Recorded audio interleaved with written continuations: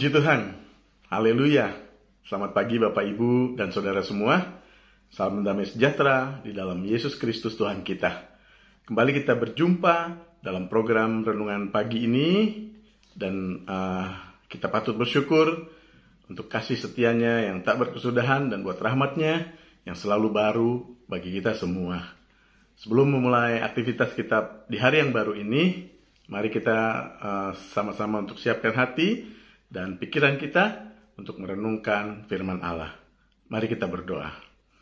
Tuhan Yesus, terima kasih untuk kasih setiamu dalam kehidupan kami dan buat rahmat-Mu yang selalu baru setiap pagi. Kembali kami menikmatinya di pagi hari yang baru ini, Tuhan. Terima kasih Tuhan. Sebentar kami akan mendengarkan renungan pagi firman-Mu. Sebelum kami melakukan aktivitas kami, mari urapi kami dengan kuasa Roh Kudus-Mu. Kami serahkan kehidupan kami di dalam nama Tuhan Yesus Kristus. Haleluya. Amin. Bapak, Ibu, Saudara yang dikasihi Tuhan, judul renungan firman Allah pada pagi hari ini adalah Immanuel. Ayat pokok kita terambil dari kitab Matius pasal 1 ayat yang ke-23. Demikian firman Tuhan. Sesungguhnya anak darah itu akan mengandung dan melahirkan seorang anak laki-laki, dan mereka akan menamakan dia Immanuel, yang berarti Allah menyertai kita. Bapak Ibu Saudara yang dikasihi Tuhan, ayat yang baru saja kita baca mengingatkan kita pada nubuatan Nabi Yesaya kurang lebih sekitar 700 tahun sebelum hal ini terjadi dan digenapi. Dalam Yesaya 7 ayat 14 dikatakan, sebab itu Tuhan sendirilah yang akan memberikan kepadamu suatu pertanda. Sesungguhnya seorang perempuan muda mengandung dan akan melahirkan seorang anak laki-laki, dan ia akan menamakan dia Immanuel. Bapak Ibu Saudara yang dikasihi Tuhan, kita tahu bahwa nama bukan sekedar berbicara tentang arti. Jadi ketika seorang bayi lahir, pasti orang tuanya sudah menyiapkan sebuah nama untuk anak mereka, ya. Dan nama bukan sekedar berbicara tentang arti, tetapi juga memberi harapan dan doa, ya. Demikian juga dengan nama Immanuel. Nama Immanuel adalah inti dari kisah Natal. Immanuel berasal dari bahasa Ibrani yang secara harafiah berarti Tuhan beserta kita.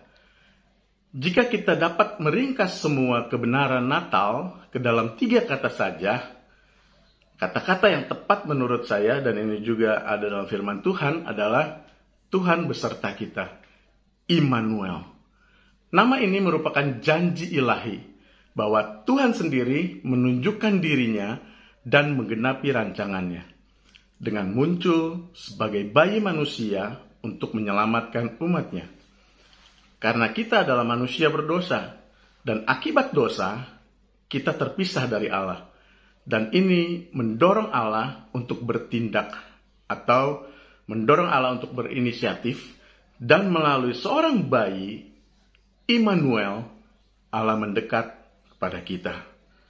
Dengan kata lain, ini menunjuk kepada kasih karunia yang datang bukan melalui usaha manusia, melainkan melalui ketergantungan kepada Allah, karena Dia tahu bahwa manusia tidak bisa menyelamatkan dirinya sendiri. Saya dan saudara memerlukan Tuhan, dan Immanuel itu hadir dalam kehidupan saya dan saudara. Immanuel yang tidak berdosa menanggung kesalahan saya dan saudara yang penuh dengan dosa. Immanuel yang terluka karena pelanggaran kita. Immanuel yang diremukkan karena kejahatan kita. Dan Immanuel yang sangat kaya rela menjadi miskin karena kita, supaya kita menjadi kaya oleh karena kemiskinannya. Bapak Ibu Saudara yang dikasihi Tuhan, melalui kelahiran Yesus, Allah datang ke dunia untuk menyertai dan menolong saya dan saudara. Allah bukan lagi Allah yang jauh, Tetapi kini melalui Yesus, Dia adalah Allah yang dekat, yang mendengarkan doa, dan yang tahu akan kebutuhan hidup kita.